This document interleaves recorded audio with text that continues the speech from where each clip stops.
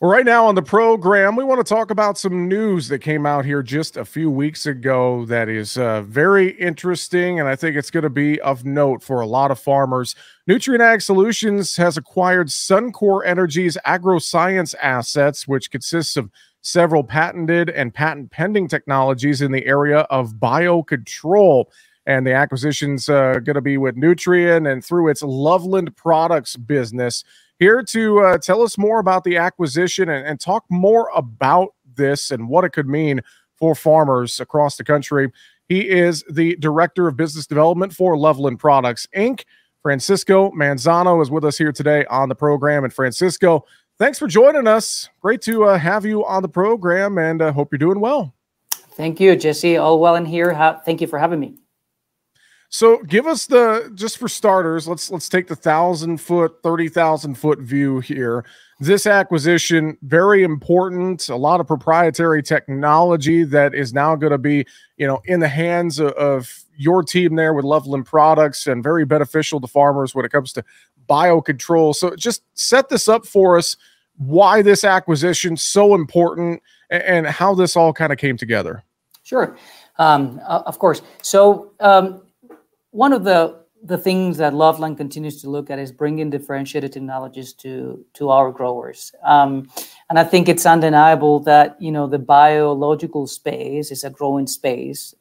It's tracking at about 10, 12% CAGR growth. So every year it grows by 10, 12%, because the farmer, the regulatory environment, the consumer is demanding for these type of solutions. They're a little bit different than the conventional solutions are out there. So we were very aware of the opportunity, the size of the opportunity, in particular biocontrol. And so part of what we do is just keep an eye on the market, what's new out there in that growing space, and where are some of the opportunities we can capture. And this particular opportunity with Suncor Agroscience Division fit a great build for us on the biocontrol space. So that's how it all started.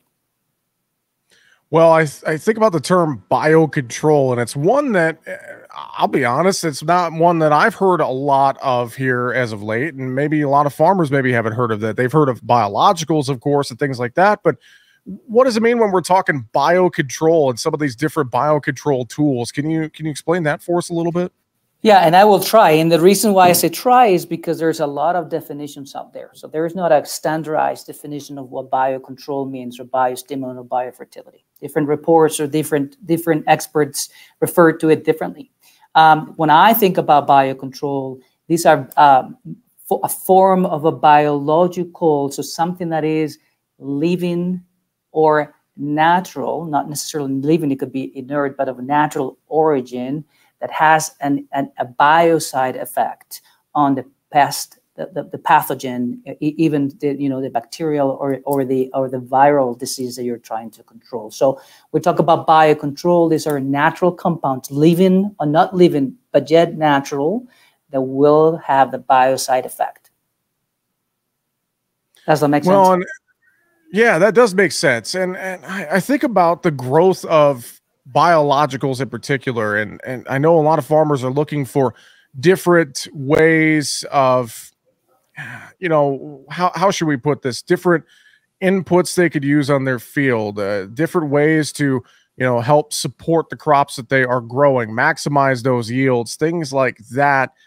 That's what a lot of these products come down to. And then talk about just how this partnership can help with that evolution and give farmers more tools in the toolbox. I guess that's kind of where I'm trying to go with this here. Yeah. So for this particular acquisition, and for many of these biocontrol products, there are a few drivers. So there are a few reasons why the farmer might want to use this type of product. The one that we hear most about is how do we incorporate elements that will allow me to manage my pest, or do a good integrated pest management approach, right? So if I have a pest that is highly likely to develop resistance to specific chemistries, or already has some resistance, what are the tools that I include in there, kind of rotate with, that will allow me to take care of my problem, right? And to essentially save my crop or increase my yields, my profits. So that's one of them. In other cases, it's about consumer preference, right? Some consumers are demanding less and less chemical load or pesticide load on their food, and so this kind of solution allows for a good way to control those pests, those pathogens, with a non-synthetic chemistry. So that's another good reason for it. And then finally, there are large corporations who require or are looking to diminish that environmental impact or footprint on their production. So think about the big corporations who have some ESG goals, right? And so when they essentially adhere to these type of solutions, they also are able to essentially reduce some of their chemical load and get closer to those ESG goals of theirs. So those are some of the reasons why the farmer opts in for this type of solution. Well, Francisco, another question that I should ask here as well. You know, we think about biocontrol products, and I appreciate you kind of giving us the definition of what that means, and biologicals in general. I mean, talk about this, because I feel like a lot of farmers, at the end of the day, it comes down to ROI for them on what products they're going to use on their operation. So how could some of the products that Loveland is putting out there, you know, what's that ROI for farmers? What should they be thinking about if they're looking at using some of your guys' products and technology? Well, I think that's a good question, Jesse. Very relevant to this particular technology, which is one of the reasons we really got excited about. But you know, the typical biological product has been not the typical, but biological products in general have been readily accepted and incorporated into specialty crops for the most part, right? And so high value crops, and it's for a reason. Is because these products typically are not very affordable. They're expensive to use. Not always, but I'm just generalizing, right? And but furthermore, these type of products, when you think about biologicals, they often encounter one of the following hurdles. One is, okay, the efficacy is not there. So we have a product that, yes, it's natural. Yes, it's covering the need of the regulator, or it's covering the desire of the consumer, but yet doesn't quite hit that efficacy mark. And efficacy, if it's not covered, you know, what does it translate? It translates into lesser yield, into damage to my crop, right? So it's not really an ideal solution. So typically they'll find that efficacy hurdle. They find actually sometimes the money hurdle, right? So how expensive is this to use?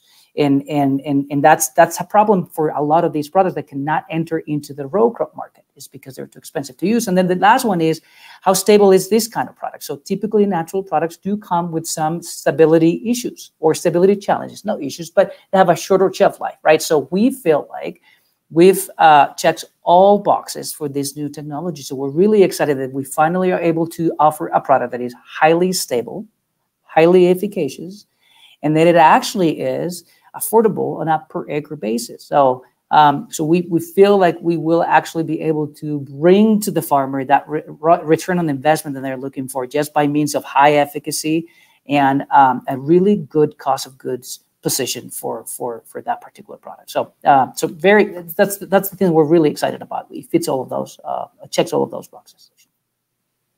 Well, Francisco, I mean, we think about some of the technologies and products and more that could come out of this acquisition here and moving forward for Loveland. What are some things on the horizon for various products and some of the different technologies that you guys are able to bring to the market here? Some target dates potentially in the next couple of years. I mean, what are some things you're excited about that are going to develop out of this new partnership? Cool. So the one that really drove the acquisition. So there are a lot of different assets that came with the acquisition, but the one that really drove it is the one that we're most excited about, to answer your question. And this is something we call, or it's called, a photosensitizer compound. And so what this does is pretty simple. When the product is sprayed and is in contact with light, it doesn't have to be outdoors light. So if the human eye can see it, that light that is present in the environment is enough to activate this compound. And this compound is going to release a series of chemicals. Actually, they are called reactive oxygen species that will pierce through, in the case of insects or pests, it will pierce through their cuticle and their exoskeleton, create an injury. and so leading to mortality in those pests and those pests. And in the case of pathogens, it works the exact same way. It disrupts the membranes, it disrupts the cellular walls, and it creates that dehydration process. And again, it just is not conducive to maintaining life for those pests and pathogens. And so very, very excited because it's a product that works phenomenally well, at par with any other natural or biological product, but at times even matches the efficacy of synthetic chemistry. So we're really excited about that. So yeah, we don't have a brand name for those products just of yet, but we know that we anticipate submitting this through EPA by 2026.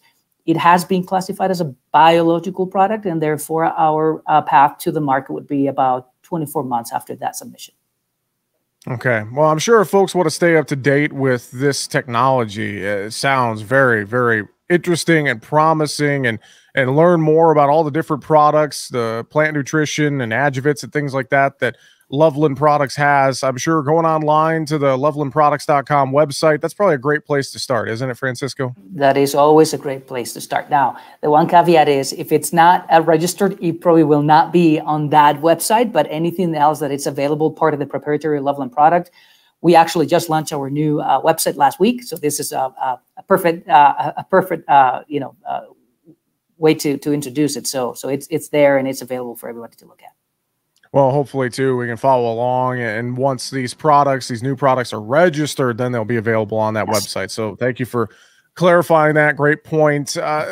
This is really interesting stuff. And I know this world of biologicals is new for a lot of growers. So as we kind of finish our conversation here today, I mean, what would you reiterate to folks about all the work you guys are doing with Loveland Products? What do you want producers to remember as they're looking at different products that are out there in the biological space, so to speak? I mean, what would you tell folks? What would you remind them here today? I mean, it's really simple. We really are trying to solve problems. So farmer problems, trying to bring them solutions that will have an impact on their crop, on their yield, on their profitability. I mean, it really is that simple. To us, it's not a matter of having something for, the sake of having something, to say, hey, now we do have a biological product. It truly is about bringing practical solutions to the farmer that is going to help them solve some of their past pathogen problems, yield problems, fertility problems. So it truly is about them.